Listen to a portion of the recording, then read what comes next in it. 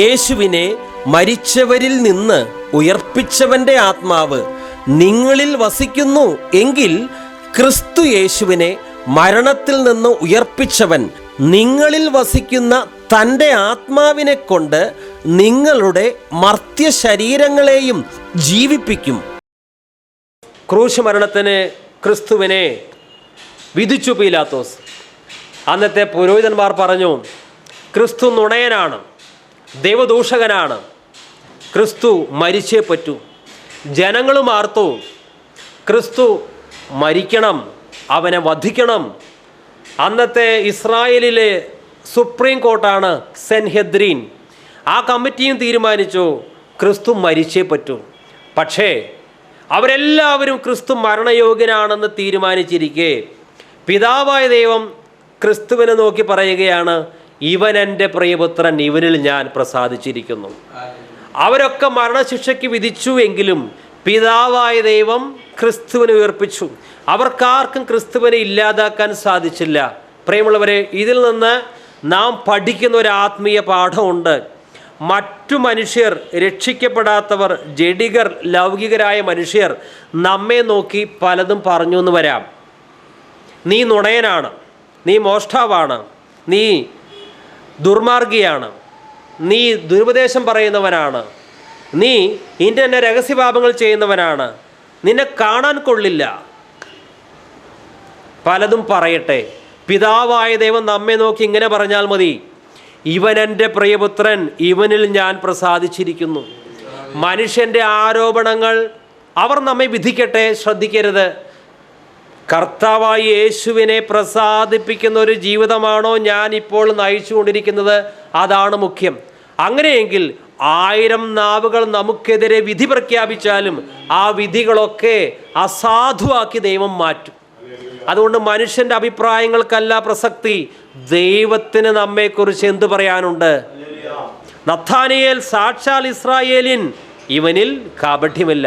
നഥാനിയേലിനെ കുറിച്ച് മറ്റു മനുഷ്യർ എന്തൊക്കെ അഭിപ്രായം പറഞ്ഞാൽ, അവൻ ദുഷ്ടനാണ്, മോഷ്ടാവാണ് എന്നൊക്കെ പറഞ്ഞാലും ആ അഭിപ്രായങ്ങൾക്ക് വല്ല വിലയുണ്ടോ? ഇല്ല.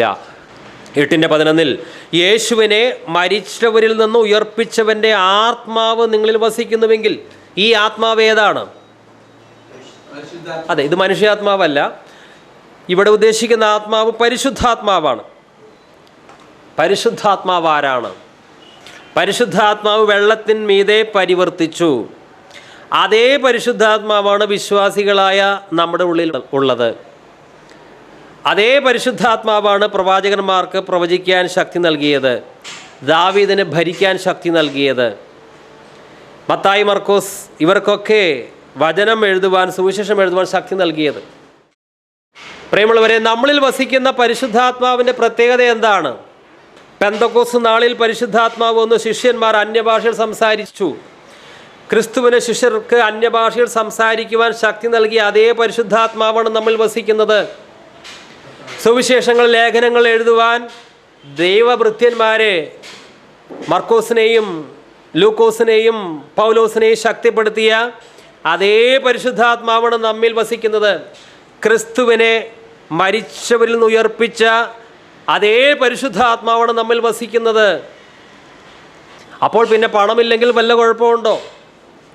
സൗന്ദര്യം ഇല്ലെങ്കിൽ വല്ല കുഴപ്പമുണ്ടോ? യേശുവിനെ മരിച്ചവരിൽ നിന്ന് ഉയർപ്പിച്ചവൻ്റെ ആത്മാവ് നിങ്ങളിൽ വസിക്കുന്നു എങ്കിൽ ക്രിസ്തു യേശുവിനെ മരണത്തിൽ നിന്ന് ഉയർപ്പിച്ചവൻ നിങ്ങളിൽ വസിക്കുന്ന തൻ്റെ ആത്മാവിനെ കൊണ്ട് നിങ്ങളുടെ മർത്യ ശരീരങ്ങളെയും ജീവിപ്പിക്കും. ഇവിടെ എഴുതിയിരിക്കുക, ശ്രദ്ധിക്കുക.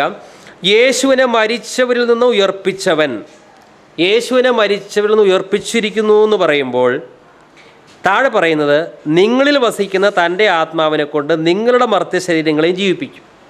നമ്മുടെ മർത്യ ശരീരങ്ങളെ ജീവിപ്പിക്കുമെന്ന് പറയുമ്പോൾ യേശുവിൻ്റെ ശരീരത്തെ ഉയർപ്പിച്ചു എന്നാണ് പറഞ്ഞിരിക്കുന്നത്. എന്താ അങ്ങനെ പറയാൻ കാരണം ഇതാണ്.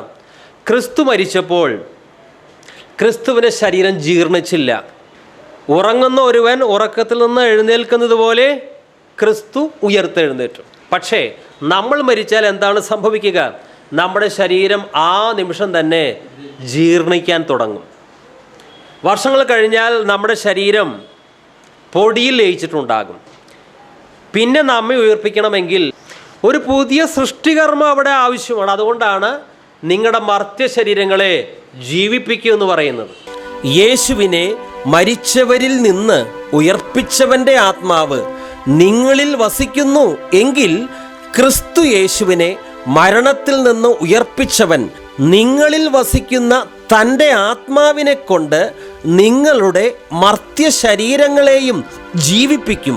അപ്പസ്തോല പ്രവർത്തനങ്ങൾ 2:31 അവൻ്റെ ശരീരം ജീർണിക്കാനിടയായതുമില്ല എന്ന് ക്രിസ്തുവിൻ്റെ പുനരുത്ഥാനത്തെ മുൻകൂട്ടി ദർശിച്ചുകൊണ്ട് അവൻ പറഞ്ഞു.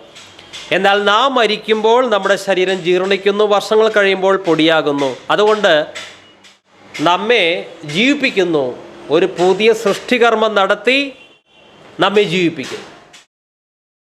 റോമാലേഖനം 6-ാം അധ്യായത്തിൽ പൗലോസ് ചോദിച്ചു, അയ്യോ ഞാൻ അരിഷ്ടനായ മനുഷ്യൻ, ഈ മരണത്തിന് അധീനമായ ഈ ശരീരത്തിൽ നിന്ന് എന്നെ ആര് വിടുവിക്കും? ആ ചോദ്യത്തിൻ്റെ ഉത്തരമാണ് റോമാലേഖനം 8:11. ക്രിസ്തുവും പരിശുദ്ധാത്മാവുമാണ് നമ്മെ മരണത്തിൻ്റെ പിടിയിൽ നിന്ന് വിടുവിക്കുന്നത്. റോമ 7:24 അയ്യോ ഞാൻ അരിഷ്ടനായ മനുഷ്യൻ, ഈ മരണത്തിന് അധീനമായ ശരീരത്തിൽ നിന്ന് എന്നെ ആർ വിടുവിക്കും? ആ ചോദ്യത്തിൻ്റെ ഉത്തരമാണ് റോമ 8:11. നിങ്ങളുടെ മർത്യ ശരീരങ്ങളെയും ജീവിപ്പിക്കും. യേശു ക്രിസ്തുവിനെ മരിച്ചവരുടെ ഇടയിൽ നിന്ന് ഉയർപ്പിച്ചവൻ്റെ ആത്മാവ് നിങ്ങളുടെ മർത്യ ശരീരങ്ങളെയും ജീവിപ്പിക്കും. പൗലോസിനൊരു കാര്യം അറിയാം.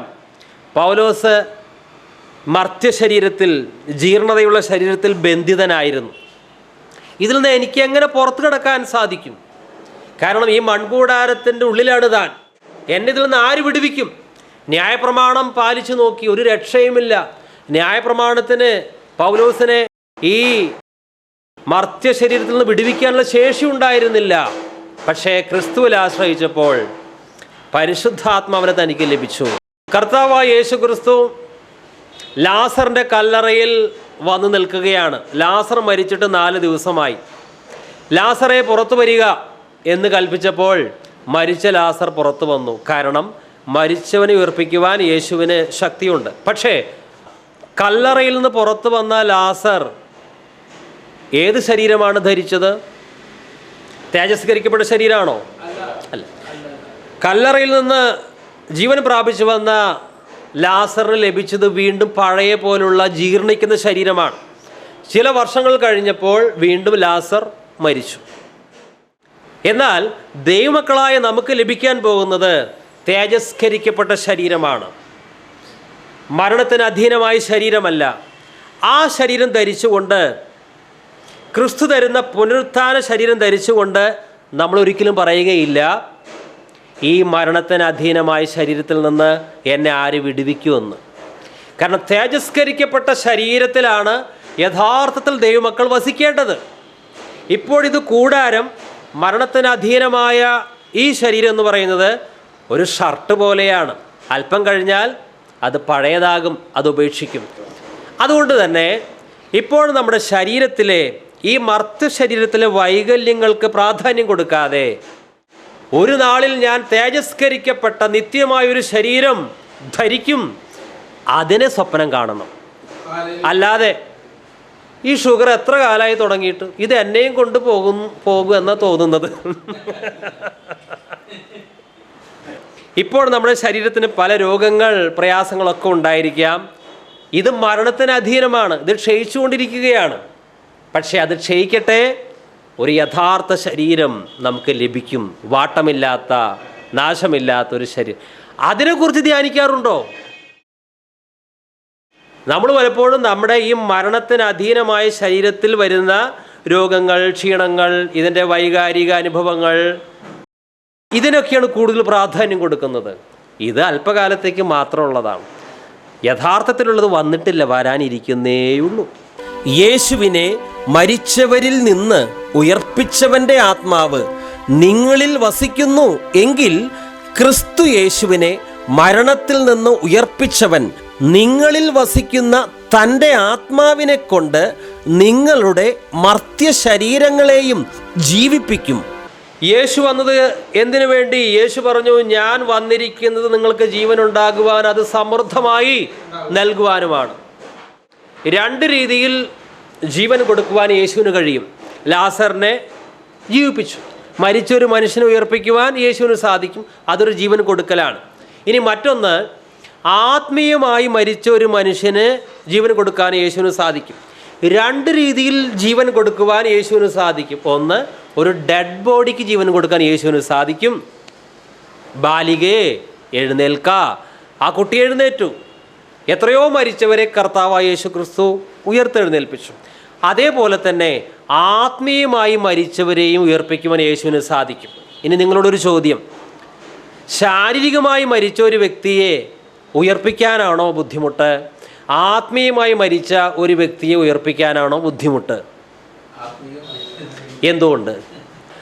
ആത്മീയമായി മരിച്ചവരെ ജീവിപ്പിക്കാനാണ് കുറച്ച് ബുദ്ധിമുട്ട്. കാരണം പറയാം. ലാസർ മരിച്ചു. ലാസറിൻ്റെ ഡെഡ് ബോഡി കല്ലറയിൽ കിടക്കുകയാണ്. യേശു പറയുന്നു, ലാസറെ പുറത്തു വരിക. ലാസറിൻ്റെ ഡെഡ് ബോഡിക്ക് യേശുവിനെതിരെ മത്സരിക്കാനുള്ള ശേഷിയില്ല, അനുസരിച്ചേ പറ്റൂ. അതുകൊണ്ട് ലാസർ ഇതാ എഴുന്നേറ്റ് വരികയാണ്. എന്നാൽ ഇന്ന് ലോകത്തിൽ ശാരീരിക ജീവനുണ്ടെങ്കിലും ആത്മീയമായി മരിച്ച ധാരാളം പേരുണ്ട്. അവരോട് യേശു പറയുകയാണ്, ഞാൻ വന്നിരിക്കുന്നത് നിങ്ങൾക്ക് ജീവൻ നൽകുവാനാണ്. നിങ്ങൾക്ക് ആത്മീയ ജീവൻ നൽകുവാൻ എനിക്ക് മാത്രമേ കഴിയൂ. നിങ്ങൾ എൻ്റെ അരികിലേക്ക് വരണം. അപ്പോൾ അവർ എന്താണ് പറയുന്നത്? ഞങ്ങൾക്ക് മനസ്സില്ല, ഞങ്ങൾക്ക് ഞങ്ങളുടേതായ കാര്യങ്ങളുണ്ട്, ഞങ്ങൾ ലോകത്തിൻ്റെ വഴിയിലൂടെ പോകട്ടെ. അതുകൊണ്ട് അവർക്ക് ജീവൻ പ്രാപിക്കാൻ സാധിക്കുന്നില്ല. എന്നാൽ മരിച്ച ലാസർ ഒരിക്കലും ക്രിസ്തുവിനെതിരെ മത്സരിക്കുകയില്ല. ഡെഡ് ബോഡി അനേകരെ ഇന്നും കർത്താവ് വിളിക്കുകയാണ്. ആത്മീയമായി മരിച്ചവർക്ക് ജീവൻ നൽകുവാൻ ക്രിസ്തു അവരെ പല രീതിയിൽ വിളിക്കുകയാണ്. പല സന്ദേശങ്ങളിലൂടെ, സുവിശേഷ പ്രവർത്തനങ്ങളിലൂടെ ഞാൻ നിങ്ങൾക്ക് ജീവൻ തരാം, നിങ്ങൾക്ക് ജീവൻ കൊടുക്കുവാൻ എനിക്ക് മാത്രമേ കഴിയൂ എന്ന് അവരോട് പറയുമ്പോൾ അവർ പറയുന്നത് ഞങ്ങൾക്കിത് വേണ്ട. എന്നാൽ ചുരുക്കം പേർ യേശു പറയുമ്പോൾ ഞങ്ങൾക്ക് ആത്മീയ ജീവൻ വേണം എന്ന് സമ്മതിച്ച് ക്രിസ്തുവിനെ അംഗീകരിക്കുന്നു. അങ്ങനെ ക്രിസ്തുവിനോട് യെസ് പറഞ്ഞ ചുരുക്കം പേരിൽ കുറച്ച് പേരാണ് ഇവിടെ ഇരുന്ന് ഈ വചനം കേൾക്കുന്നത്. അതുകൊണ്ട് നമുക്ക് കർത്താവിനെ സ്തുതിക്കാം. ജീവന്റെ ഉറവിടം ക്രിസ്തുവത്രേ, നാവിനാൽ അവനെ നാം ഘോഷിക്കാം. അവനത്രേ എൻ പാപഹരൻ, തൻ ജീവനാൽ എന്നെയും വീണ്ടെടുത്തു. അതിക്രമങ്ങളാലും പാപങ്ങളാലും നാം ഒരിക്കൽ ആത്മീയമായി മരിച്ചവരായിരുന്നു. എന്നാൽ സുവിശേഷം കേട്ട് വിശ്വസിച്ചു. പരിശുദ്ധാത്മാവ് നമ്മുടെ മരിച്ച മനുഷ്യാത്മാവിനെ ജീവിപ്പിച്ചു. നാം ഇപ്പോൾ പുതുജീവൻ പ്രാപിച്ചവരാണ്. രക്ഷിക്കപ്പെട്ട ഉടനെ തന്നെ മരിച്ച മനുഷ്യാത്മാവ് ജീവൻ പ്രാപിച്ചു. നമ്മുടെ ആത്മാവ് ജീവൻ പ്രാപിച്ചു കഴിഞ്ഞു. ഇനി നമ്മൾ മരിക്കും. ആരാണ് ആദ്യം പോവുക നമുക്ക് അറിഞ്ഞുകൂടാ. നാം മരിച്ചാൽ നമ്മുടെ ശരീരം ദ്രവിക്കും. വർഷങ്ങൾ കഴിഞ്ഞാൽ നമ്മുടെ ഈ മർത്യശരീരം മണ്ണോട് മണ്ണായി ചേരും. അങ്ങനെ മണ്ണോട് മണ്ണായ ആ ശരീരത്തെ ഉയർപ്പിക്കുന്നതും യേശുവും പരിശുദ്ധാത്മാവുമാണ്. ഒരിക്കൽ നാം ആത്മീയമായി മരിച്ചു, പാപം ചെയ്ത് ആത്മീയമായി മരിച്ചു കിടന്നപ്പോൾ നമ്മെ ഉയർപ്പിച്ചത് ആരാണോ അവർ തന്നെയാണ് നമ്മുടെ ഈ മർത്യ ശരീരത്തെ ഉയർപ്പിക്കുന്നത്.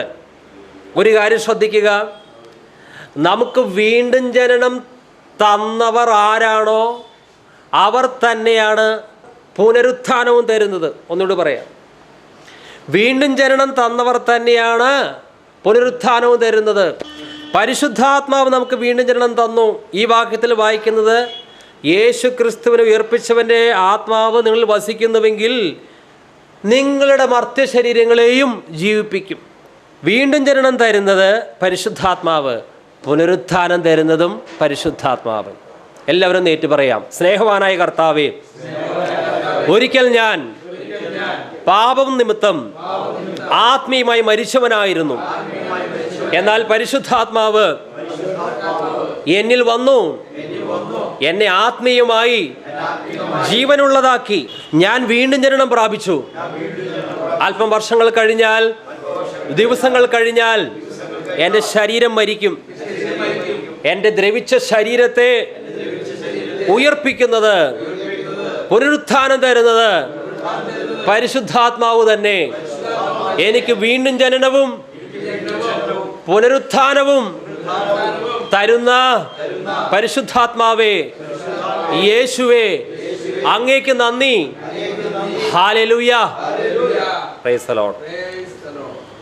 ദൈവം നമ്മളിൽ ഒരു പ്രവൃത്തി ആരംഭിച്ചിട്ടുണ്ടെങ്കിൽ അതിനെ പൂർത്തീകരിക്കും. വീണ്ടും ജനനം നമ്മളിൽ പരിശുദ്ധാത്മാവ് തന്നിട്ടുണ്ടെങ്കിൽ പുനരുത്ഥാനം എന്ന പ്രക്രിയയും അവിടുന്ന് പൂർത്തീകരിക്കും. യേശുവിനെ മരിച്ചവരിൽ നിന്ന് ഉയർപ്പിച്ചവന്റെ ആത്മാവ് നിങ്ങളിൽ വസിക്കുന്നു എങ്കിൽ ക്രിസ്തു യേശുവിനെ മരണത്തിൽ നിന്ന് ഉയർപ്പിച്ചവൻ നിങ്ങളിൽ വസിക്കുന്ന തൻ്റെ ആത്മാവിനെ കൊണ്ട് നിങ്ങളുടെ മർത്യ ശരീരങ്ങളെയും ജീവിപ്പിക്കും. അതെ, നിങ്ങളുടെ മർത്യ ശരീരങ്ങളെയും ജീവിപ്പിക്കും. പല രീതിയിൽ ശാരീരിക മരണം വരും. സമുദ്രത്തിൽ വെച്ച് മരിക്കാം. ആ ഡെഡ് ബോഡി വെള്ളത്തിൽ അലിഞ്ഞു ചേരും. അഗ്നിയിൽ ദഹിച്ചു പോയവരുണ്ട്, മൃഗങ്ങൾ പിച്ചു ചീന്തി തിന്നവരുണ്ട്, ബോംബാക്രമണത്തിൽ മരിച്ചു പോയവരുണ്ട്, ശരീരം പൊടിയായി വായുവിൽ ലയിച്ചിട്ടുണ്ട്. വിവിധ രീതിയിൽ മരണത്താൽ ഭൂമിയിൽ നിന്ന് മാറ്റപ്പെട്ടവർ. കല്ലറകളിൽ അനേകരുടെ എല്ല് പോലുമില്ല, അവരെല്ലാം മണ്ണോട് മണ്ണായി കഴിഞ്ഞു. ഇങ്ങനെയുള്ള മർത്യ ശരീരങ്ങളെ എങ്ങനെ ജീവിപ്പിക്കാൻ സാധിക്കും? നമ്മൾ മരിച്ചു കഴിഞ്ഞാൽ നമുക്ക് സ്വയമായിട്ട് ആ ശരീരത്തെ ഒന്നിപ്പിക്കുവാനോ ജീവനുള്ളതാക്കാനോ കഴിയില്ല. ലോകത്തിലെ ഒരു സാങ്കേതിക വിദ്യയ്ക്കും മരിച്ച് ദ്രവിച്ചു പോയ ഒരു മനുഷ്യനെ വീണ്ടും ഒരു പുതിയ മനുഷ്യനാക്കുവാനുള്ള ടെക്നോളജി ഇല്ല. ഇതാർക്കാണ് സാധിക്കുക? ദൈവത്തിന്. ദൈവത്തിന് നിഷ്പ്രയാസം സാധിക്കും. എന്തുകൊണ്ട്?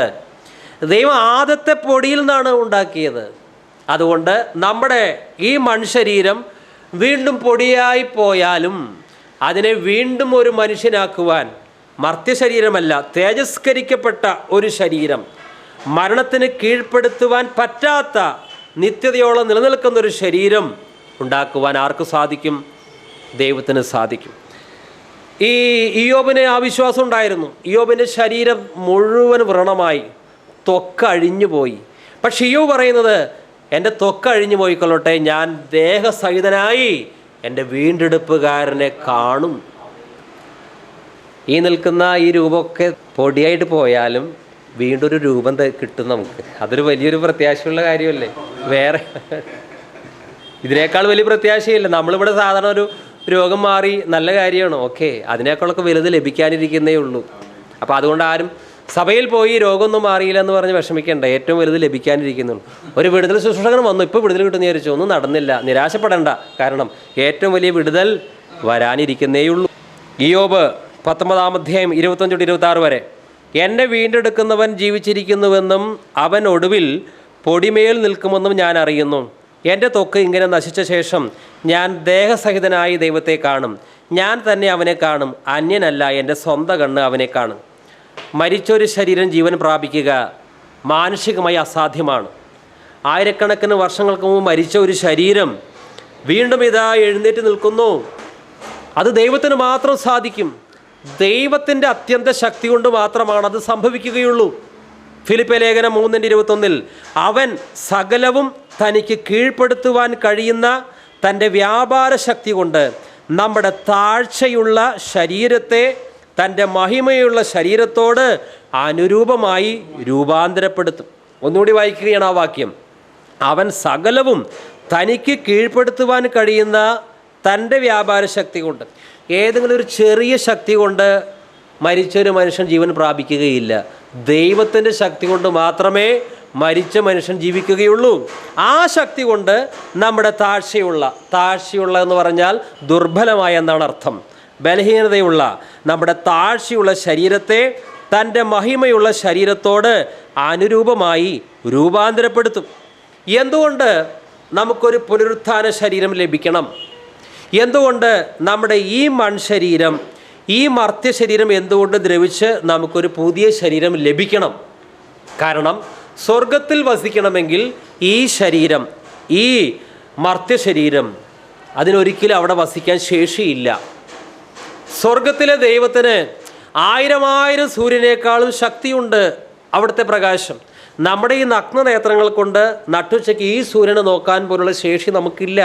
അപ്പോഴെങ്ങനെയാണ് നമ്മുടെ ഈ ശരീരത്തിലെ, ഈ മർത്യ ശരീരത്തിലെ കണ്ണുകൾ ഉപയോഗിച്ച് ദൈവത്തിൻ്റെ മുഖതേജസ് നോക്കുവാൻ സാധിക്കുക? സാധ്യമല്ല. അതുകൊണ്ട് നമ്മുടെ ശരീരത്തിന് രൂപാന്തരം വരണം.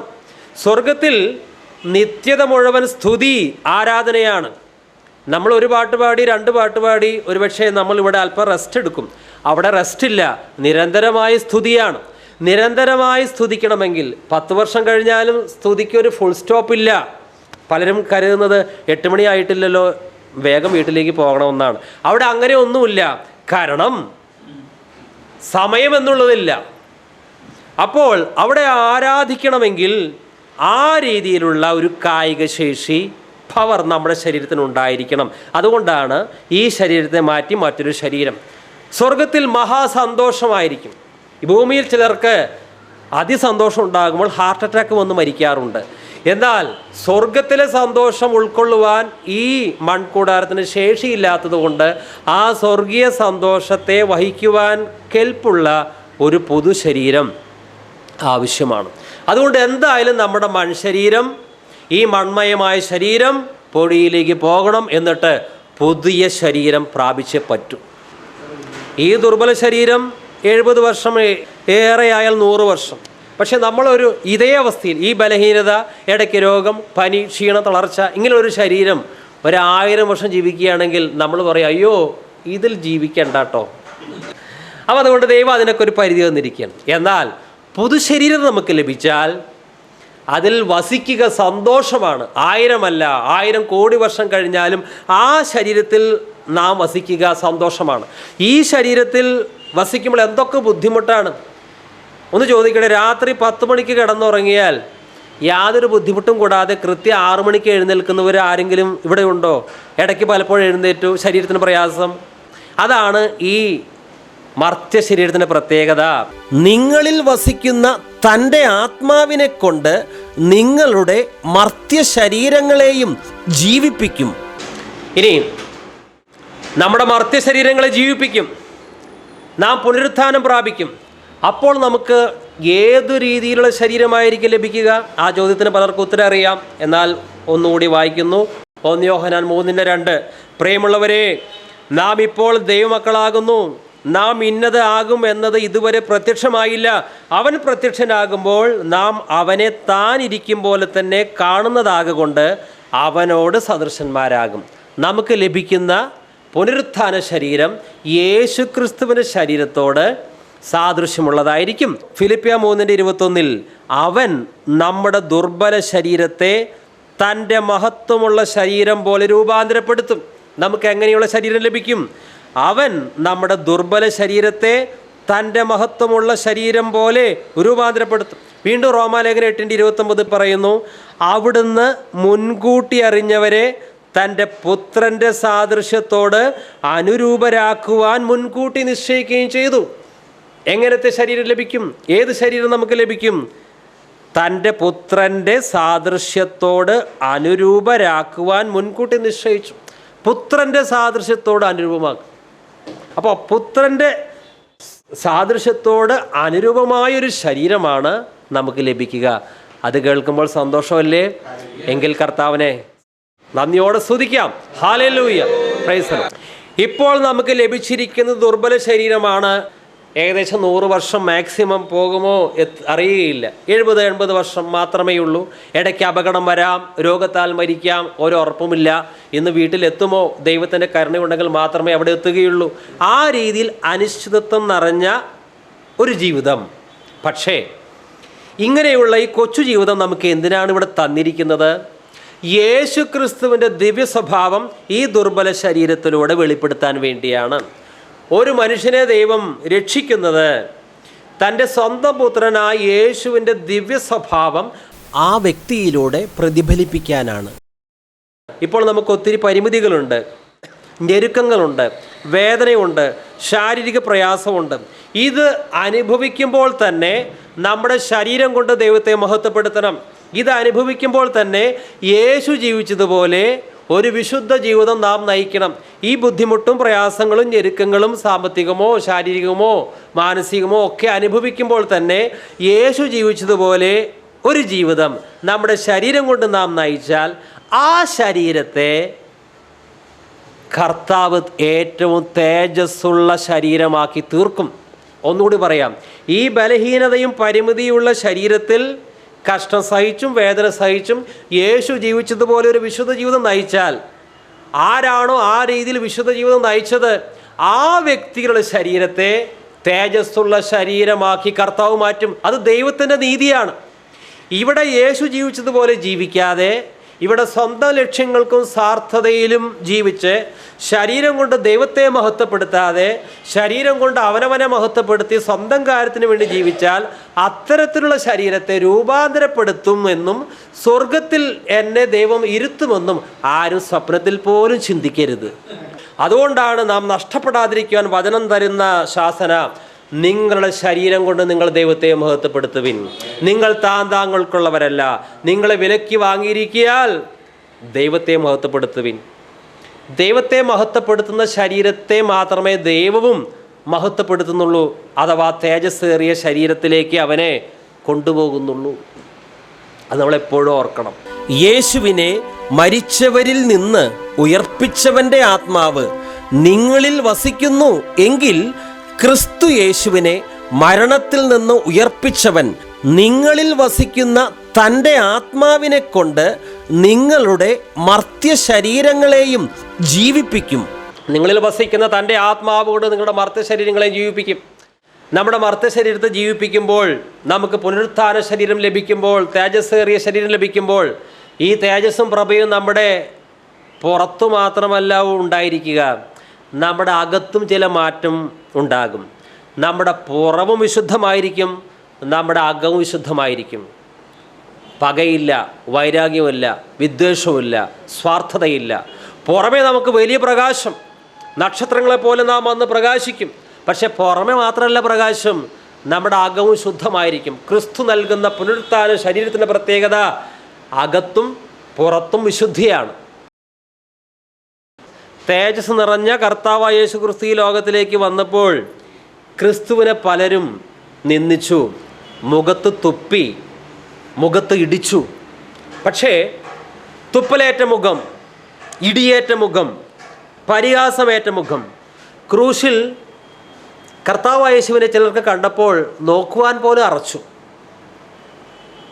എന്നാൽ അതേ മുഖം തന്നെ മറുരൂപമലയിൽ ഇതാ സൂര്യനെ പോലെ പ്രകാശിക്കുകയാണ്. ജനം നിന്ദിച്ചു, പുച്ഛിച്ചു, തുപ്പി. എന്നാൽ അതേ മുഖം ഇപ്പോൾ സ്വർഗത്തിൽ 1000 സൂര്യന്മാരെക്കാളും അധികം പ്രകാശിച്ചു കൊണ്ടിരിക്കുകയാണ്.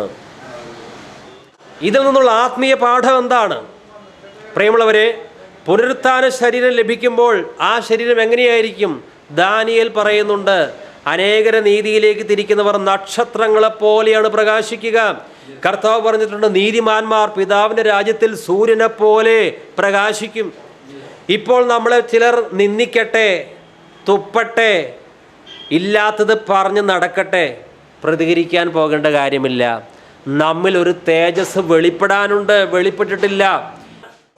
നിന്നയേറ്റ കർത്താവിൻ്റെ മുഖം, തുപ്പലേറ്റ കർത്താവിൻ്റെ മുഖം ഏറ്റവും തേജസ്സോടെ ശോഭിച്ചുവെങ്കിൽ ഇന്ന് ആ കർത്താവ് അനുഭവിച്ച ആ നിന്ദയും കഷ്ടവും പ്രയാസവും അല്പം നമ്മൾ അനുഭവിക്കുന്നുവെങ്കിൽ അതിൽ സന്തോഷിക്കണം. കാരണം ഒരു നാളിൽ നമ്മുടെ മുഖവും പ്രകാശിക്കും. അതുകൊണ്ട് എന്നെ അവരങ്ങനെ പറഞ്ഞു, എന്നാലും എന്നോട് ഇങ്ങനെയൊക്കെ പറഞ്ഞിരുന്നു, എന്തിനാ സങ്കടപ്പെടുന്നത്? ആരെങ്കിലും നമ്മളെ നിന്ദിക്കുമ്പോൾ, നമ്മുടെ മുഖത്ത് തുപ്പുമ്പോൾ, പരിഹസിക്കുമ്പോൾ ഓർക്കണം, ഈ മുഖം ഒരിക്കൽ സൂര്യനേക്കാളും വലിയ തേജസ്സോടെ പ്രകാശിക്കും. നിന്ദിക്കുമ്പോൾ ഓർക്കുക, എൻ്റെ മുഖം ഒരിക്കൽ സൂര്യനേക്കാളും പ്രകാശിക്കും. ചിലർ പറയും, നിന്നെ കാണാൻ കൊള്ളില്ലല്ലോ, ചെകുത്താൻ്റെ മുഖം പോലെയാണ് ഇരിക്കുന്നത്. അവർ പറയട്ടെ, ഒരിക്കൽ സൂര്യനെ പോലെ പ്രകാശിക്കും. പലർ പറയും, നീ മെലിഞ്ഞതാണ്, നിന്നെ കാണാൻ ചന്തമില്ല, നീ കറുത്തവനാണ്, നിന്റെ അപ്പനും അമ്മയും കൂടി രോഗിയായി നിന്നെ എൻ്റെ മേൽ കെട്ടിവെച്ചു. പല രീതിയിൽ നിന്ദകൾ ചൊരിയട്ടെ, ഒരിക്കൽ സൂര്യനെ പോലെ നാം പ്രകാശിക്കാനിടയാകും.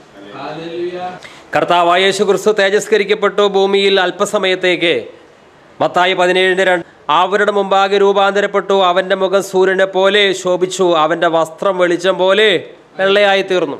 ഇനി ക്രിസ്തുവിൻ്റെ ഇപ്പോഴത്തെ അവസ്ഥ, വെളിപ്പാട് 22:5 ഇനി രാത്രി ഉണ്ടാകുകയില്ല, ദൈവമായ കർത്താവ് അവരുടെ മേൽ പ്രകാശിക്കുന്നത് കൊണ്ട് വിളക്കിൻ്റെ വെളിച്ചമോ സൂര്യൻ്റെ വെളിച്ചമോ അവർക്ക് ആവശ്യമില്ല. ദൈവമക്കൾക്ക് സ്വർഗത്തിൽ എന്താണ് സംഭവിക്കുക?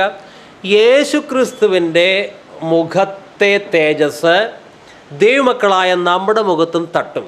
അപ്പോൾ നമ്മളും എന്താകും? നക്ഷത്രങ്ങളെ പോലെ പ്രകാശിക്കും. ക്രിസ്തു അവിടെ തിളങ്ങുന്നത് കൊണ്ടാണ് നമ്മളും തിളങ്ങുന്നത്. സ്വർഗത്തിൽ നമുക്ക് സ്വയമായി പ്രകാശിക്കാൻ ശേഷിയില്ല. ക്രിസ്തു പ്രകാശിക്കുന്നത് കൊണ്ടാണ് നമ്മൾ അവിടെ പ്രകാശിക്കുക. അതുകൊണ്ട് ആരെങ്കിലും എന്തെങ്കിലും നമ്മളെ നിന്ദിക്കട്ടെ. ഒരുപക്ഷെ ദൈവമക്കളായ പലരും രോഗികളായിരിക്കും, തീരാരോഗികളായ ദൈവമക്കളുണ്ട്, ശാരീരിക വേദന അനുഭവിക്കുന്നവരുണ്ട്. ആരും നിരാശപ്പെടരുത്. ഈ ശരീരത്തിൻ്റെ വേദനയും ബുദ്ധിമുട്ടും തൽക്കാലത്തേക്കാണ്. നമ്മിൽ വെളിപ്പെടുവാനുള്ള തേജസ് വിചാരിച്ചാൽ ഈ കാലത്തിലെ കഷ്ടങ്ങൾ സാരമില്ല എന്ന് നാം എണ്ണുന്നു. നമുക്കും ക്ഷീണം വരാം, പ്രയാസം വരാം, പല രീതിയിൽ ഞെരുക്കങ്ങൾ വരാം. നല്ല ഭക്തരായ ദൈവമക്കൾ എഴുന്നേൽക്കാൻ പോലും പറ്റാതെ കിടക്കയിൽ കിടക്കുന്നുണ്ട്. ആരും നിരാശപ്പെടരുത്. അംഗവൈകല്യമുള്ള ദൈവമക്കളുണ്ട്, നടക്കാൻ പറ്റാത്തവരുണ്ട്, ആസ്പത്രിയിൽ അഭയം പ്രാപിച്ചവരുണ്ട്, പല രീതിയിൽ ഞെരുക്കങ്ങൾ, ബുദ്ധിമുട്ടുകൾ ഒക്കെ. പക്ഷേ ഈ ശരീരത്തിൻ്റെ ഈ താൽക്കാലികമായ അവസ്ഥയിൽ ആരും അതൃപ്തി പ്രകടിപ്പിക്കരുത്. നമ്മിൽ ഒരു തേജസ് വെളിപ്പെടാനിരിക്കുന്നുണ്ട്. അത് ചിന്തിച്ചാൽ ഇപ്പോഴത്തെ ഈ കഷ്ടങ്ങളൊന്നും സാരമില്ല. നമ്മളത് ചിന്തിക്കാറുണ്ടോ?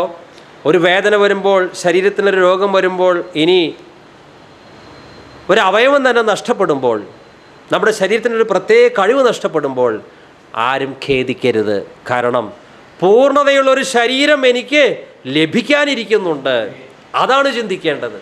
അല്ലാതെ എൻ്റെ ഗതി നോക്കി പ്രാർത്ഥിച്ചിട്ടും മാറുന്നില്ല, എത്ര വിടുതൽ ശുശ്രൂഷയ്ക്ക് പോയി എൻ്റെ പ്രശ്നം മാത്രം മാറിയില്ല, നിരാശപ്പെടരുത്.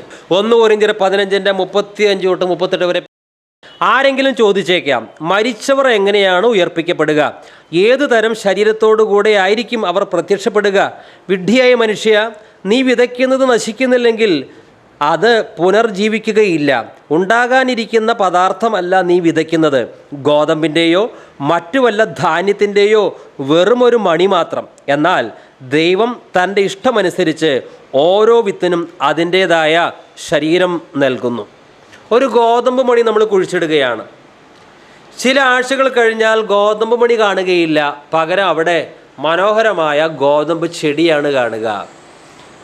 ഇതുപോലെ തന്നെ നമ്മുടെ ഈ മർത്യ ശരീരം മരണം വന്നാൽ മണ്ണിൽ കുഴിച്ചിടും, പിന്നെ നമ്മളെ കാണാനില്ല.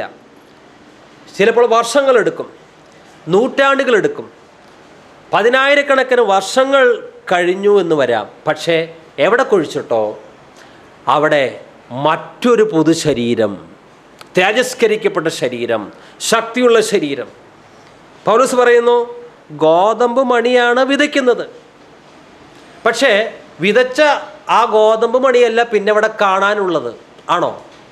ഒരു ചെടിയാണ് കാണുക. ഇതേപോലെ തന്നെ നമ്മൾ മരിക്കുന്നു, പിന്നെ നമ്മുടെ ശരീരം കാണില്ല. അത് കല്ലറയിൽ വെക്കുന്നു, അല്ലെങ്കിൽ അത് ഛിന്ന ഭിന്നമായി പോയി എന്ന് വരാം, സമുദ്രത്തിൽ വെള്ളത്തിൽ അലിഞ്ഞു ചേർന്നു എന്ന് വരാം, അതിനെ കാണാനില്ല. പക്ഷേ വർഷങ്ങൾ കഴിഞ്ഞാൽ ആ സ്ഥാനത്ത് മറ്റൊന്നാണ്. ഏതാണ്? പുതിയ ശരീരം.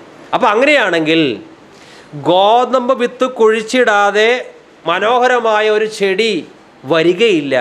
ഇതേപോലെ തന്നെ നമ്മുടെ മർത്യ ശരീരം ഈ മണ്ണോട് അലിഞ്ഞു ചേരേണ്ടത് ഒരാവശ്യമാണ്. ഒരു പുതുജീവൻ പ്രാപിക്കുവാൻ ഇത് മണ്ണോട് മണ്ണായി തീർന്നേ പറ്റൂ. ഒരിക്കൽ മരണവും പിന്നെ ന്യായവിധിയും ദൈവം മനുഷ്യർക്ക് നിശ്ചയിച്ചിരിക്കുന്നു. അതുകൊണ്ട് ദൈവമക്കളായ നമ്മെ സംബന്ധിച്ച് മരണം ഒരു പേടി സ്വപ്നമല്ല. ഇത് പുതുശരീരം പ്രാപിക്കുവാൻ ദൈവം വെച്ചിരിക്കുന്ന ഒരു വ്യവസ്ഥയാണ്. മണ്ണിൽ നിന്നെടുത്തത് മണ്ണാകണം. ജഡരക്തങ്ങൾക്ക് ദൈവരാജ്യം അവകാശമാക്കുവാൻ സാധിക്കുകയില്ല. അതുകൊണ്ട് ഈ താൽക്കാലികമായ ശരീരത്തെ മരണമെന്ന പ്രക്രിയയിലൂടെ ഇല്ലാതാക്കി തൽസ്ഥാനത്ത് ഒരു പുതുശരീരം, തേജസ്കരിക്കപ്പെട്ട ശരീരം, യേശു ക്രിസ്തുവിൻ്റെ ശരീരത്തോട് സാദൃശ്യമുള്ള ഒരു ശരീരം ദൈവം തരുന്നു. ഇനി ആർക്കെങ്കിലും മരണത്തെ പേടിയുണ്ടോ? ഹേ മരണമേ, നിന്റെ ജയം എവിടെ? നിന്റെ വിഷമുള്ളവിടെ? കർത്താവായ യേശുവിൻ്റെ രണ്ടാമത്തെ വരവ് എന്നാണോ അന്നാളിൽ ക്രിസ്തുവിൽ നിദ്ര പ്രാപിച്ചവരെല്ലാം പുതുശരീരം പ്രാപിച്ച് ഉയർത്തെഴുന്നേൽക്കും. അതുകൊണ്ട് നിദ്ര പ്രാപിച്ചവരെക്കുറിച്ച് കരയരുത്. നമുക്കറിയാവുന്ന വേദഭാഗം 1 തെസ്സലോണി 4 അധ്യായം 13-14 വരെ. സഹോദരന്മാരെ, നിങ്ങൾ പ്രത്യാശയില്ലാത്ത മറ്റുള്ളവരെ പോലെ ദുഃഖിക്കാതിരിക്കേണ്ടതിന് നിദ്ര കൊള്ളുന്നവരെക്കുറിച്ച് അറിവില്ലാതിരിക്കരുത് എന്ന് ഞങ്ങൾ ആഗ്രഹിക്കുന്നു. യേശു മരിക്കുകയും ജീവിച്ചെഴുന്നേൽക്കുകയും ചെയ്തു എന്ന് നാം വിശ്വസിക്കുന്നുവെങ്കിൽ അങ്ങനെ തന്നെ ദൈവം നിദ്ര കൊണ്ടവരെയും യേശു മുഖാന്തരം അവനോടുകൂടെ വരുത്തും. 1 കൊരിന്ത്യർ 15 അധ്യായം 39-44 വരെയുള്ള വാക്യങ്ങൾ വായിക്കുന്നു. എല്ലാ ശരീരവും ഒന്നുപോലെയല്ല. മനുഷ്യരുടേത് ഒന്ന്, മൃഗങ്ങളുടേത് മറ്റൊന്ന്, പക്ഷികളുടേത് വേറൊന്ന്, മത്സ്യങ്ങളുടേത് വേറൊന്ന്. സ്വർഗീയ ശരീരങ്ങളുണ്ട്, ഭൗമിക ശരീരങ്ങളുണ്ട്. സ്വർഗീയ ശരീരങ്ങളുടെ തേജസ് ഒന്ന്, ഭൗമിക ശരീരങ്ങളുടെ തേജസ് മറ്റൊന്ന്. സൂര്യൻ്റെ തേജസ് ഒന്ന്, ചന്ദ്രൻ്റേത് മറ്റൊന്ന്, നക്ഷത്രങ്ങളുടേത് വേറൊന്ന്. നക്ഷത്രങ്ങൾ തമ്മിലും തേജസ്സിന് വ്യത്യാസമുണ്ട്. ഇപ്രകാരം തന്നെയാണ് മരിച്ചവരുടെ പുനരുത്ഥാനവും. നശ്വരതയിൽ വിതയ്ക്കപ്പെടുന്നു, അനശ്വരതയിൽ ഉയർപ്പിക്കപ്പെടുന്നു. അവമാനത്തിൽ വിതയ്ക്കപ്പെടുന്നു, മഹിമയിൽ ഉയർപ്പിക്കപ്പെടുന്നു. ശക്തിയിൽ ഉയർപ്പിക്കപ്പെടുന്നു. വിതയ്ക്കപ്പെടുന്നത് ഭൗതിക ശരീരം, പുനർജീവിക്കുന്നത് ആത്മീയ ശരീരം. ഭൗതിക ശരീരമുണ്ടെങ്കിൽ ആത്മീയ ശരീരവും ഉണ്ട്. എത്ര വ്യക്തമാണ് ഇവിടെ കാര്യങ്ങൾ. ബലഹീനമായ ശരീരം, എന്നാൽ ശക്തിയുള്ള ശരീരമാണ് ലഭിക്കുക. ക്രിസ്തുവിൻ്റെ ആത്മാവില്ലാത്തവൻ അവനുള്ളവനല്ല. ക്രിസ്തു നിങ്ങളിൽ ഉണ്ടെങ്കിലോ ശരീരം പാപം നിമിത്തം മരിക്കേണ്ടതെങ്കിലും ആത്മാവ് നീതി നിമിത്തം ജീവനാകുന്നു. യേശുവിനെ മരിച്ചവരിൽ നിന്ന് ഉയർപ്പിച്ചവൻ്റെ ആത്മാവ് നിങ്ങളിൽ വസിക്കുന്നു എങ്കിൽ ക്രിസ്തു യേശുവിനെ മരണത്തിൽ നിന്ന് ഉയർപ്പിച്ചവൻ നിങ്ങളിൽ വസിക്കുന്ന തൻ്റെ ആത്മാവിനെ കൊണ്ട് നിങ്ങളുടെ മർത്യ ശരീരങ്ങളെയും ജീവിപ്പിക്കും. റോമാലേഖനം 8 അധ്യായം 10-11 വാക്യങ്ങൾ. ക്രിസ്തു നിങ്ങളിൽ ഉണ്ടെങ്കിലോ ശരീരം പാപനിമിത്തം മരിക്കേണ്ടതെങ്കിലും ആത്മാവ് നീതി നിമിത്തം ജീവനാകുന്നു. യേശുവിനെ മരിച്ചവരിൽ നിന്ന് ഉയർപ്പിച്ചവൻ്റെ ആത്മാവ് നിങ്ങളിൽ വസിക്കുന്നുവെങ്കിൽ ക്രിസ്തു യേശുവിനെ മരണത്തിൽ നിന്ന് ഉയർപ്പിച്ചവൻ നിങ്ങളിൽ വസിക്കുന്ന തൻ്റെ ആത്മാവിനെ കൊണ്ട് നിങ്ങളുടെ മർത്യ ശരീരങ്ങളെയും ജീവിപ്പിക്കും. വീണ്ടും നമുക്ക് വായിക്കാം. ക്രിസ്തു നിങ്ങളിൽ ഉണ്ടെങ്കിലോ ശരീരം പാപനിമിത്തം മരിക്കേണ്ടതെങ്കിലും ആത്മാവ് നീതി നിമിത്തം ജീവനാകുന്നു. യേശുവിനെ മരിച്ചവരിൽ നിന്ന് ഉയർപ്പിച്ചവൻ്റെ ആത്മാവ് നിങ്ങളിൽ വസിക്കുന്നുവെങ്കിൽ ക്രിസ്തു യേശുവിനെ മരണത്തിൽ നിന്ന് ഉയർപ്പിച്ചവൻ നിങ്ങളിൽ വസിക്കുന്ന തൻ്റെ ആത്മാവിനെ കൊണ്ട് നിങ്ങളുടെ മർത്യ ശരീരങ്ങളെയും ജീവിപ്പിക്കും. വിശുദ്ധ കരങ്ങളെ ഉയർത്തി കർത്താവിനെ സ്തുതിക്കാം. ഹല്ലേലൂയ. അല്പസമയം സ്തുതിക്കാം. Hallelujah, hallelujah, hallelujah, hallelujah. നമുക്ക് ശക്തവും സുന്ദരവുമായ ഒരു ശരീരം ലഭിക്കും. നമ്മുടെ ശരീരം ഒരു നാളിൽ നക്ഷത്രങ്ങളെ പോലെ ശോഭിക്കും. നാം ഒരു കാര്യം മാത്രം ചെയ്താൽ മതി, ആത്മാവിനെ അനുസരിക്കുക, സുവിശേഷത്തിന് യോഗ്യമായൊരു ജീവിതം നയിക്കുക, ഭൂമിയിൽ ശരീരം കൊണ്ട് ദൈവത്തെ മഹത്വപ്പെടുത്തുക. ഈ കൊച്ചായുസ് 70-80 വർഷം, അത്രത്തോളം നീളും നമുക്ക് അറിയില്ല. ഈ അല്പ ആയുസ് കൊണ്ട് നമ്മുടെ ശരീരം ദൈവത്തെ മഹത്വപ്പെടുത്താനായിട്ട് മാറ്റിവെക്കുന്നുവെങ്കിൽ ആരെല്ലാം തങ്ങളുടെ ശരീരം കൊണ്ട് കർത്താവിനെ മഹത്വപ്പെടുത്തിയോ ആ ശരീരത്തിനാണ് രൂപാന്തരം വരിക. ആ ശരീരമാണ് നക്ഷത്രങ്ങളെ പോലെ ശോഭിക്കുക. ഈ ഭൂമിയിൽ കർത്താവായ യേശു ക്രിസ്തുവിന് മഹത്വം കൊടുക്കാത്ത ഒരു ജീവിതം, നമ്മുടെ ശരീരം കൊണ്ട് ദൈവത്തെ മഹത്വപ്പെടുത്താതെ ദൈവത്തെ അവമാനപ്പെടുത്തുന്ന പ്രവർത്തനങ്ങളിൽ ഏർപ്പെട്ടാൽ ആ ശരീരത്തിൽ രൂപാന്തരം വരികയില്ല. ദാനിയേൽ 12-2-3 വാക്യങ്ങൾ. നിലത്തിലെ പൊടിയിൽ നിദ്ര കൊള്ളുന്നവരിൽ പലരും ചിലർ നിത്യജീവനായും ചിലർ ലജ്ജയ്ക്കും നിത്യനിന്ദയ്ക്കുമായും ഉണരും. എന്നാൽ ബുദ്ധിമാന്മാർ ആകാശമണ്ഡലത്തിലെ പ്രഭ പോലെയും പലരെയും നീതിയിലേക്ക് തിരിക്കുന്നവർ നക്ഷത്രങ്ങളെ പോലെയും എന്നും എന്നേക്കും പ്രകാശിക്കും. ഇവിടെ ഉദ്ദേശിക്കുന്ന ബുദ്ധിമാന്മാർ ആരാണ്? സയൻറ്റിസ്റ്റുകളെയല്ല ഉദ്ദേശിക്കുന്നത്. കർത്താവ് പറഞ്ഞു, എൻ്റെ വചനം കേട്ട് അത് പാലിക്കുന്നവനാണ് പാറയിൽ വീട് പണിത ബുദ്ധിമാനായ മനുഷ്യന് തുല്യൻ. ദൈവത്തിൻ്റെ വചനപ്രകാരം ഐക്യുവിൻ്റെ അടിസ്ഥാനത്തിലല്ല, വചനം കേട്ട് പ്രാവർത്തികമാക്കുന്ന മനുഷ്യനാണ് ബുദ്ധിമാൻ. മത്തായി 13:43. അന്ന് നീതിമാന്മാർ തങ്ങളുടെ പിതാവിൻ്റെ രാജ്യത്തിൽ സൂര്യനെ പോലെ പ്രകാശിക്കും. ചെവിയുള്ളവൻ കേൾക്കട്ടെ. മത്തായി 13:43. അന്ന് നീതിമാന്മാർ തങ്ങളുടെ പിതാവിൻ്റെ രാജ്യത്തിൽ സൂര്യനെ പോലെ പ്രകാശിക്കും. ചെവിയുള്ളവൻ കേൾക്കട്ടെ. ഈ കാഴ്ചപ്പാടുണ്ടായിരിക്കണം. ഒരിക്കൽ ഞാൻ സൂര്യനെ പോലെ പ്രകാശിക്കാൻ ഇരിക്കുന്നവനാണ്, നക്ഷത്രങ്ങളെപ്പോലെ ഞാൻ പ്രകാശിക്കും ഒരിക്കൽ.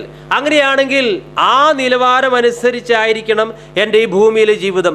ഒരിക്കൽ ഞാൻ നക്ഷത്രത്തെ പോലെ പ്രകാശിക്കുന്നുവെങ്കിൽ, സൂര്യനെ പോലെ പ്രകാശിക്കുന്നുവെങ്കിൽ, അതിന് ചേർന്ന ഒരു ശോഭയുള്ള ജീവിതം, വിശുദ്ധ ജീവിതമായിരിക്കണം ഈ ഭൂമിയിൽ നമ്മുടെ ശരീരം കൊണ്ട് നാം നയിക്കേണ്ടത്. ഒരു കാര്യം ഉറപ്പാണ്, ക്രിസ്തുവിൽ നാം ആശ്രയിക്കുന്നുവെങ്കിൽ, ക്രിസ്തുവാണ് നമ്മുടെ സേനാനായകനെങ്കിൽ നമുക്ക് വിജയം ഉറപ്പാണ്. നമുക്ക് ആർക്കും സ്വന്തം ശക്തി കൊണ്ട് ജഡത്തെ കീഴ്പ്പെടുത്താൻ സാധ്യമല്ല.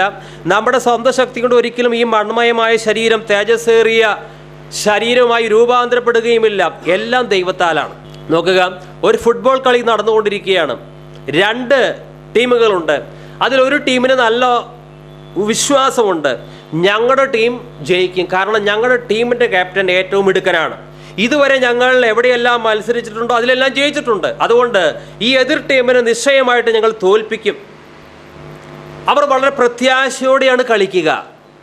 പ്രിയമുള്ളവരെ, നമ്മുടെ ക്രിസ്തീയ ജീവിതത്തിൽ ഒരു ഉറപ്പുണ്ടായിരിക്കണം, അന്തിമ വിജയം എനിക്കാണ്. ജയാളിയായ യേശു ക്രിസ്തുവിൻ്റെ ടീമിലെ ഒരംഗമാണ് ഞാൻ.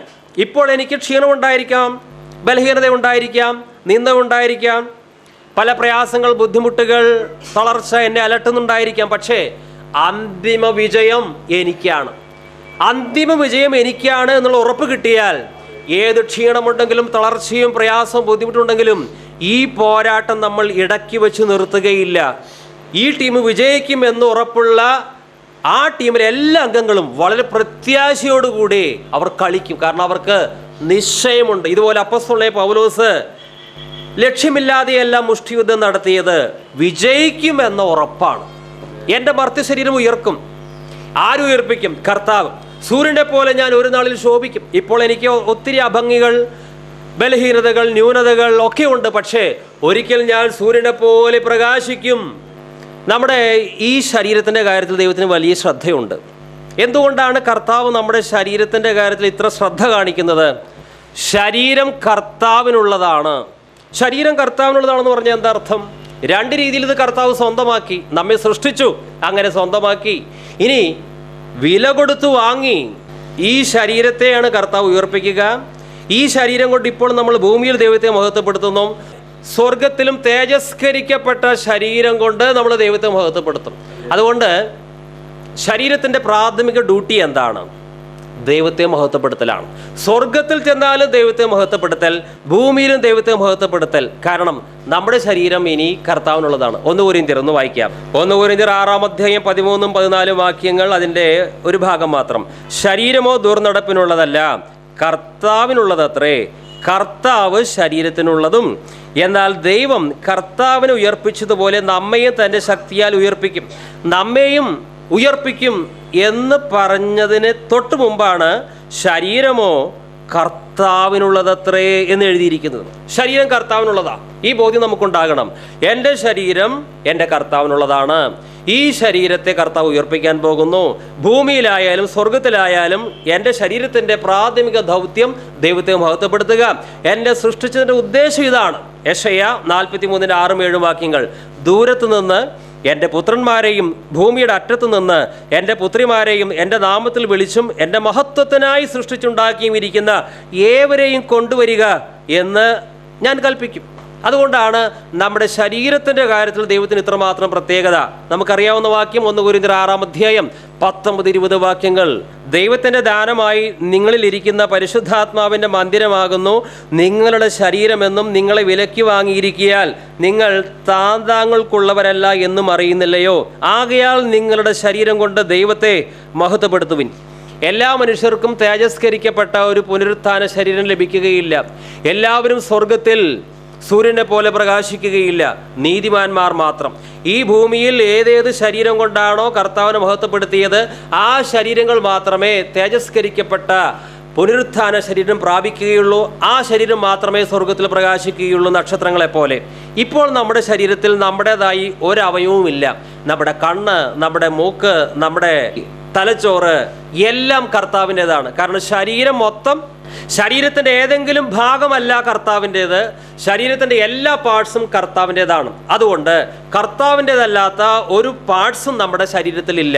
എൻ്റെ കൈകൾ കർത്താവിൻ്റേതാണ്, എൻ്റെ ചിന്താമണ്ഡലം കർത്താവിൻ്റേതാണ്, എൻ്റെ കാലുകൾ, സംസാരശേഷി എല്ലാം കർത്താവിൻ്റേതാണ്. ഈ ശരീരത്തിലെ അവയവങ്ങൾ കൊണ്ട് നമുക്ക് ഒന്നുകിൽ കർത്താവിനെ മഹത്വപ്പെടുത്താം, അല്ലെങ്കിൽ കർത്താവിനെ അവമാനപ്പെടുത്താം. ദൈവമക്കളുടെ ശരീരത്തിൻ്റെ ലക്ഷ്യം എന്താണ്? കർത്താവിനെ മഹത്വപ്പെടുത്തുക. സ്വർഗത്തിൽ നിത്യതയോളം ഇതാണ് ജോലി, മറ്റൊരു ജോലിയുമില്ല.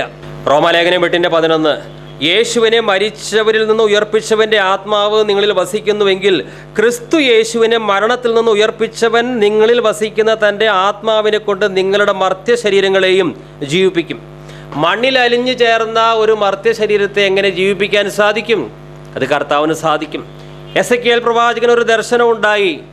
ഉണങ്ങിയ അസ്ഥികൾ, എന്നാൽ ഇതാ അസ്ഥിമേൽ ത്വക്ക് പൊതിയുന്നു, മാംസം പൊതിയുന്നു, ഞരമ്പ് വരുന്നു, ജീവൻ പ്രാപിക്കുന്നു, വലിയൊരു സേനയായി മാറി.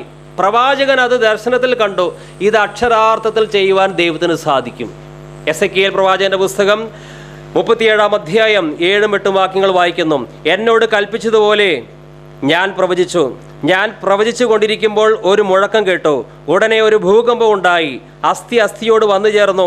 പിന്നെ ഞാൻ നോക്കി, അവയുടെ മേൽ ഞരമ്പും മാംസവും വന്നതും അവയുടെ മേൽ ത്വക്ക് പൊതിഞ്ഞതും കണ്ടു. എസെക്കിയേൽ 37-10 വാക്യം. അവൻ എന്നോട് കൽപ്പിച്ചതുപോലെ പ്രവചിച്ചപ്പോൾ ശ്വാസം അവരിൽ വന്നു.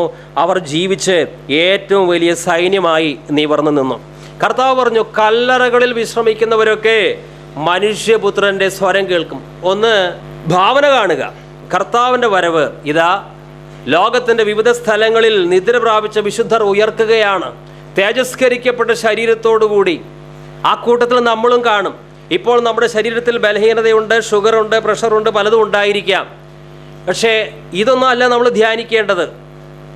എനിക്ക് തേജസ്കരിക്കപ്പെട്ട ഒരു ശരീരമാണല്ലോ ലഭിക്കാൻ പോകുന്നത്. ദൈവമക്കൾ പലരും രോഗികളാണ്, നല്ല ദൈവഭക്തർ. പക്ഷെ അവർ നിരാശരാകുന്നില്ല. കാരണം അവർക്ക് ഇപ്പോൾ ലഭിച്ചിരിക്കുന്ന മർത്യ ശരീരം അതിൻ്റെ ബലഹീനത കാണിക്കും. ഇത് മണ്ണാകാനുള്ളതാണ്. മണ്ണിൽ നിന്നെടുത്തത് മണ്ണിലേക്ക് തന്നെ മടങ്ങും. അത് ദൈവത്തിൻ്റെ പ്രമാണമാണ്. ഒരിക്കൽ മരണം, പിന്നെ ന്യായവിധി ദൈവം മനുഷ്യർക്ക് നിശ്ചയിച്ചിട്ടുള്ളത് കൊണ്ട് എത്ര വിശുദ്ധൻ്റെ ഭൗതിക ശരീരവും ദ്രവിക്കും. എല്ലാ ദൈവമക്കളുടെ ശരീരവും മണ്ണോട് മണ്ണാകും. പക്ഷേ തേജസ്കരിക്കപ്പെട്ടൊരു ശരീരം കിട്ടും.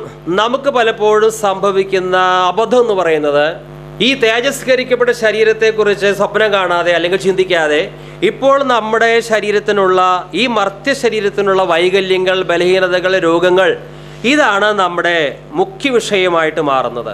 അപ്പോൾ നമുക്ക് ദുഃഖം വരും, ക്ഷീണം വരും. അതുപോലെ തന്നെ പലരും അവരുടെ വൈകാരിക അനുഭവങ്ങൾക്കാണ് പ്രാധാന്യം കൊടുക്കുന്നത്. ഇന്ന് എനിക്ക് സന്തോഷമല്ല, ഇന്നെനിക്ക് ആത്മീയ ഉണർവില്ല. ഓക്കെ, ഇതെല്ലാം തൽക്കാലത്തേക്കുള്ളതല്ലേ. യാഥാർത്ഥ്യം വരാനിരിക്കുന്നേയുള്ളൂ. കണ്ണിന് കാണുന്നത് താൽക്കാലികം, കാണാത്തതോ നിത്യം. ഈ വിശ്വാസം ഉണ്ടോ? ഞാൻ തേജസ്കരിക്കപ്പെട്ട ശരീരം പ്രാപിക്കാൻ പോകുന്ന ഒരു വ്യക്തിയാണ്. സ്വർഗത്തിൽ ഞാൻ സൂര്യനെ പോലെ പ്രകാശിക്കും. അതിനെക്കുറിച്ച് നമ്മൾ ധ്യാനിക്കാറുണ്ടോ? മനുഷ്യൻ്റെ പ്രത്യേകത കണ്ണിന് കാണുന്ന കാര്യങ്ങൾ, പഞ്ചേന്ദ്രിയങ്ങൾക്ക് ഉൾക്കൊള്ളുവാൻ പറ്റുന്ന കാര്യങ്ങൾ മാത്രം നോക്കി നടക്കുകയാണ്.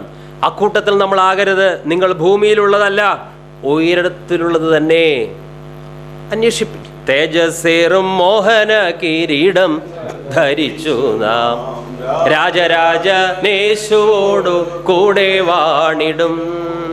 പുത്തനമേരുശലേമിലെത്തും കാലമോർക്കുമ്പോൾ ഇദ്ധരയിൻ ഖേദമെല്ലാം മാഞ്ഞു പോകുന്നേ. കഷ്ടത പട്ടിണി ഇല്ലാത്ത നാട്ടിൽ നാം കർത്താവ് സന്തോഷ വീട്ടിൽ നാം. കഷ്ടത പട്ടിണി ഇല്ലാത്ത നാട്ടിൽ നാം കർത്താവ് ഒരുക്കുന്ന സന്തോഷ വീട്ടിൽ നാം. തേജസ്സേറും മോഹന കിരീടങ്ങൾ ധരിച്ചു നാം രാജരാജനേശുവോടു കൂടെ വാണിടും. നിങ്ങളുടെ മർത്യ ശരീരങ്ങളെയും ഉയർപ്പിക്കും. നിങ്ങളിൽ പരിശുദ്ധാത്മാവ് വസിക്കുന്നുവെങ്കിൽ, ക്രിസ്തുവിനെ മരണത്തിൽ നിന്ന് ഉയർപ്പിച്ചവന്റെ ആത്മാവ് നിങ്ങളിൽ വസിക്കുന്നുവെങ്കിൽ, നിങ്ങളുടെ മർത്യ ശരീരങ്ങളെയും ഉയർപ്പിക്കും. നാം അങ്ങനെ ഉയർത്തെഴുന്നേൽക്കുമ്പോൾ പണ്ടത്തെ വിശുദ്ധരെ നമുക്ക് തിരിച്ചറിയാൻ സാധിക്കുമോ? ഈ ഭൂമിയിൽ നാം വായിച്ചറിഞ്ഞ ഒട്ടനവധി രക്തസാക്ഷികളുണ്ട്. അവരെ നമുക്ക് തിരിച്ചറിയാൻ സാധിക്കുമോ? അബ്രഹാമിനെ കണ്ടാൽ അബ്രഹാം നമുക്ക് മനസ്സിലാകും, യോസഫിനെ കണ്ടാൽ യോസഫ്. ഓക്കെ, കാരണം നമ്മുടെ ഒരാളും പറഞ്ഞു തരാതെ തന്നെ ആ കഴിവ് നമുക്ക് ദൈവം തരും. മത്തായി 8:11 കിഴക്ക് നിന്നും പടിഞ്ഞാറ് നിന്നും അനേകർ വന്ന് അബ്രഹാമിനോടും ഇസ്ഹാക്കിനോടും യാക്കോബിനോടും കൂടെ സ്വർഗരാജ്യത്തിൽ ഒരുമിച്ചിരിക്കും. എല്ലാവർക്കും അറിയാം ഇത് അബ്രഹാമാണ്. ഭൂമിയിലായിരിക്കുമ്പോൾ ഇവരാരും അബ്രഹാമിനെ നേരിട്ട് കണ്ടിട്ടില്ല. ആ അബ്രഹാമിനെ സമകാലീനരായ കുറച്ച് പേർക്ക് അറിയൂ ഇത് അബ്രഹാമാണെന്ന്. ബാക്കിയുള്ളവരാരും അബ്രഹാമിനെ കണ്ടിട്ടില്ല, നമ്മൾ കണ്ടിട്ടില്ല. പക്ഷേ തേജസ്കരിക്കപ്പെട്ട ശരീരത്തിൻ്റെ പ്രത്യേകത ഓരോ വ്യക്തിയെയും തിരിച്ചറിയാനായിട്ട് സാധിക്കും. ഇപ്പോൾ ഉള്ളതൊക്കെ താൽക്കാലികം. ഇവിടെ നിൽക്കുന്ന എല്ലാവരുടെയും ശരീരം ഒരു 50 വർഷമോ 100 വർഷമോ കഴിഞ്ഞ് ഇവിടെ കാണില്ല. ഞാനുമില്ല, നിങ്ങളിലൊക്കെ മണ്ണോട് മണ്ണാവും. അല്ലെങ്കിൽ കർത്താവ് വരുമ്പോൾ രൂപാന്തരം പ്രാപിക്കും. എന്ന ഒരു കാര്യം, നമ്മൾ കർത്താവായ യേശുവിൻ്റെ രണ്ടാമത്തെ വരവിൽ എടുക്കപ്പെടും. തേജസ്കരിക്കപ്പെട്ട ഒരു ശരീരം നമുക്ക് ലഭിക്കും. ഈ വചനങ്ങളെ കൊണ്ട് മറ്റുള്ളവരെ ആശ്വസിപ്പിക്കണം. അവരുടെ കുറ്റം ഇവരുടെ കുറ്റം പറഞ്ഞിട്ടല്ല. ഇന്ന് പലരും എങ്ങനെ ആശ്വസിപ്പിക്കാൻ ശ്രമിക്കുന്നത്? അനേക ദൈവമക്കളുടെ മനസ്സ് ക്ഷീണിച്ചിരിക്കുകയാണ്. കാരണം കുറ്റങ്ങൾ കുറവുകൾ കേട്ട് കേട്ട് കേട്ട് അവരുടെ മനസ്സാകെ വിണ്ടുകീറിയിരിക്കുകയാണ്. എന്നാൽ നമ്മുടെ ദൗത്യം എന്താണ്? സഹോദര സഹോദരി, നിനക്കൊരു തേജസ്കരിക്കപ്പെട്ട ശരീരം ലഭിക്കും. കർത്താവായ യേശു വരും, നിന്റെ ക്ഷീണം മാറും, നീ സ്വർഗത്തിൽ സൂര്യനെ പോലെ പ്രകാശിക്കും. പിന്നെ നാം എപ്പോഴും കർത്താവിനോട് കൂടെ ആയിരിക്കും. ഈ വാക്ക് പറഞ്ഞാൽ എല്ലാവർക്കും ആശ്വാസം കിട്ടും. കുറ്റം കുറവ് പറഞ്ഞാൽ ആശ്വാസം കിട്ടുകയില്ല.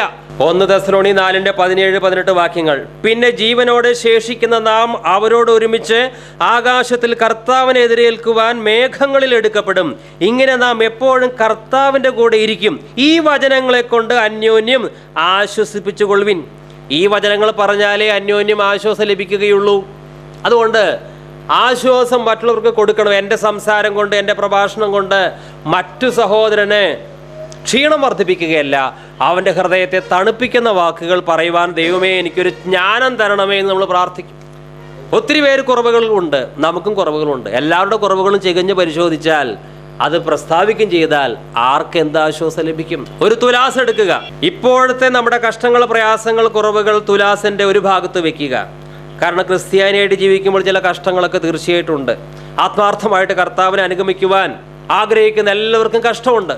എന്നാൽ ഈ തുലാസിൻ്റെ മറുഭാഗത്ത് കർത്താവായ യേശുക്രിസ്തു നമുക്ക് തരാൻ പോകുന്ന നിത്യമായ പ്രതിഫലങ്ങൾ, സ്വർഗത്തിൽ നിത്യസൗഭാഗ്യങ്ങൾ, അതും വയ്ക്കുക. നമുക്ക് ലഭിക്കാൻ പോകുന്ന നിത്യസൗഭാഗ്യങ്ങളുടെ മുൻപാകെ ഇപ്പോഴത്തെ കഷ്ടതകൾ എത്രയും നിസ്സാരമാണെന്ന് നമുക്ക് തിരിച്ചറിയാൻ സാധിക്കും. യേശുവിനെ മരിച്ചവരിൽ നിന്ന് ഉയർപ്പിച്ചവൻ്റെ ആത്മാവ് നിങ്ങളിൽ വസിക്കുന്നു എങ്കിൽ ക്രിസ്തു യേശുവിനെ മരണത്തിൽ നിന്ന് ഉയർപ്പിച്ചവൻ നിങ്ങളിൽ വസിക്കുന്ന തൻ്റെ ആത്മാവിനെ കൊണ്ട് നിങ്ങളുടെ മർത്യ ശരീരങ്ങളെയും ജീവിപ്പിക്കും. നമുക്ക് വാസ്തവത്തിൽ എപ്പോഴാണ് പ്രതിഫലം ലഭിക്കുക? കർത്താവ് പറഞ്ഞു, നീതിമാന്മാരുടെ പുനരുത്ഥാനത്തിൽ നിങ്ങൾക്ക് പ്രതിഫലം ലഭിക്കും. ലോകത്തിലെ മനുഷ്യർ പലതും ചെയ്യുന്നുണ്ട്. മനുഷ്യരിൽ നിന്ന് പ്രതിഫലം ലഭിക്കാൻ വേണ്ടിയാണ്. മനുഷ്യരുടെ സൽപ്പേര്, മനുഷ്യരിൽ നിന്ന് ചിലതൊക്കെ വാങ്ങി എടുക്കുവാൻ വേണ്ടി, മനുഷ്യരിൽ നിന്ന് പ്രതിഫലം കിട്ടുവാൻ വേണ്ടി പലതും നടത്താറുണ്ട്. എന്നാൽ കർത്താവ് പറഞ്ഞു, നീ ഒരു വിരുന്ന് നടത്തുമ്പോൾ ധനികരായ അയൽക്കാരെയല്ല വിളിക്കേണ്ടത്. കാരണം അവരും നിന്നെ വിളിക്കും, പ്രത്യുപകാരം ചെയ്യും. പക്ഷേ പ്രത്യുപകാരം ചെയ്യുവാൻ കഴിവില്ലാത്ത അംഗഹീനരെ, മുടന്തരെ വിളിച്ച് അവർക്കൊരു വിരുന്ന് നൽകുക. അങ്ങനെ നീ ചെയ്താൽ നീതിമാന്മാരുടെ പുനരുത്ഥാനത്തിൽ നിനക്ക് പ്രതിഫലം ലഭിക്കും. സാധാരണ മനുഷ്യർ ഈ ഭൂമിയിൽ പല കാര്യങ്ങളും ചെയ്യുന്നത് മറ്റു മനുഷ്യരിൽ നിന്ന് പ്രതിഫലം ലഭിക്കാൻ വേണ്ടിയാണ്. എന്നാൽ ദൈവമക്കൾ എന്തിനു വേണ്ടിയാണ് ലക്ഷ്യമിടേണ്ടത്? മനുഷ്യരിൽ നിന്ന് പ്രതിഫലം കിട്ടുവാൻ ഒന്നും ചെയ്യാതെ നീതിമാന്മാരുടെ പുനരുത്ഥാനത്തിൽ കർത്താവിൻ്റെ കയ്യിൽ നിന്ന് എനിക്ക് പ്രതിഫലം ലഭിക്കണം. അതിനുവേണ്ടി ഭൂമിയിൽ ദൈവത്തിൻ്റെ ഹിതം ചെയ്യുക. മനുഷ്യർ നമുക്ക് ചില പ്രതിഫലം തന്നു എന്ന് കരുതുക.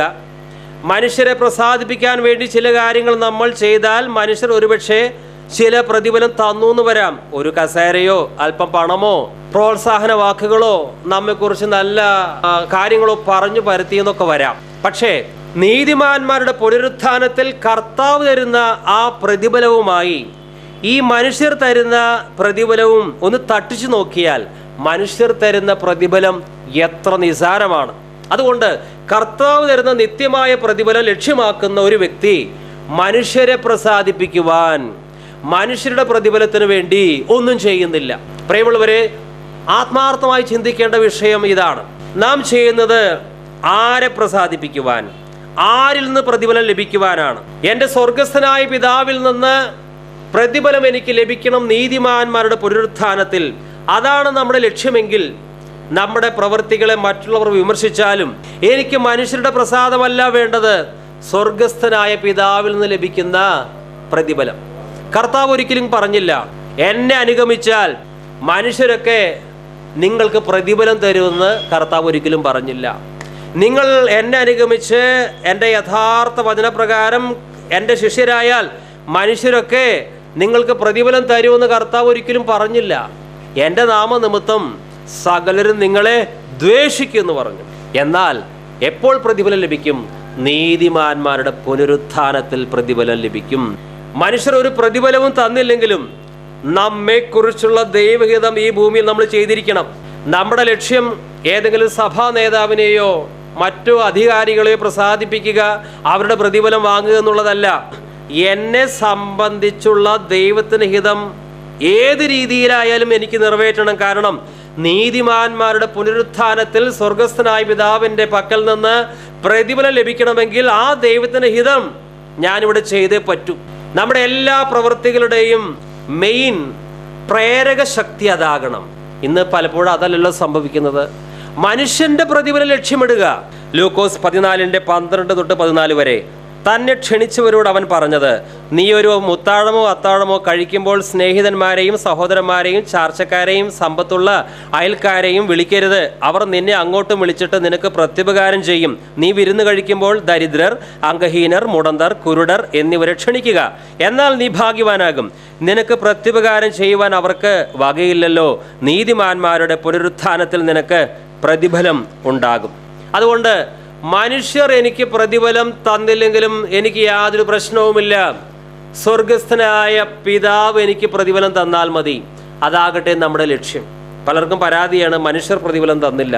എന്തിനാണ് അതിനുവേണ്ടി നമ്മൾ തുനിയുന്നത്? സ്വർഗസ്ഥനായ പിതാവിന്റെ പക്കൽ നിന്ന് എനിക്ക് പ്രതിഫലം ലഭിച്ചാൽ മതി. ജഡസ്വഭാവമുള്ളവർക്ക് ദൈവത്തെ പ്രസാദിപ്പിക്കുവാൻ കഴിവില്ല. നിങ്ങളോ ദൈവത്തിൻ്റെ ആത്മാവ് നിങ്ങളിൽ വസിക്കുന്നു എന്ന് വരികിൽ ജഡസ്വഭാവമുള്ളവരല്ല, ആത്മസ്വഭാവമുള്ളവരത്രേ. ക്രിസ്തുവിൻ്റെ ആത്മാവില്ലാത്തവൻ അവനുള്ളവനല്ല. ക്രിസ്തു നിങ്ങളിൽ ഉണ്ടെങ്കിലോ ശരീരം പാപം നിമിത്തം മരിക്കേണ്ടതെങ്കിലും ആത്മാവ് നീതി നിമിത്തം ജീവനാകുന്നു. യേശുവിനെ മരിച്ചവരിൽ നിന്ന് ഉയർപ്പിച്ചവൻ്റെ ആത്മാവ് നിങ്ങളിൽ വസിക്കുന്നു എങ്കിൽ ക്രിസ്തു യേശുവിനെ മരണത്തിൽ നിന്ന് ഉയർപ്പിച്ചവൻ നിങ്ങളിൽ വസിക്കുന്ന തൻ്റെ ആത്മാവിനെ കൊണ്ട് നിങ്ങളുടെ മർത്യ ശരീരങ്ങളെയും ജീവിപ്പിക്കും. ആകയാൽ സഹോദരന്മാരെ, നാം ജഡത്തെ അനുസരിച്ച് ജീവിക്കേണ്ടതിന് ജഡത്തിനല്ല കടക്കാരാകുന്നത്. നിങ്ങൾ ജഡത്തെ അനുസരിച്ച് ജീവിക്കുന്നുവെങ്കിൽ മരിക്കും നിശ്ചയം.